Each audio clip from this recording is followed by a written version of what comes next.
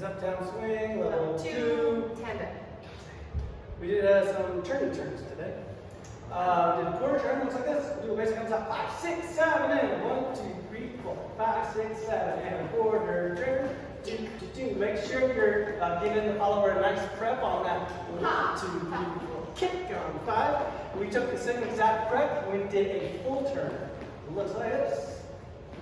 All right, step all the way up and I'll do that one more time.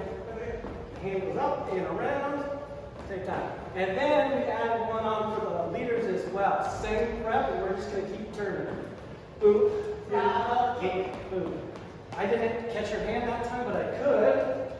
Catch you here and catch you there. It's kind of quick. You gotta do that. So practice those things. Come back next week.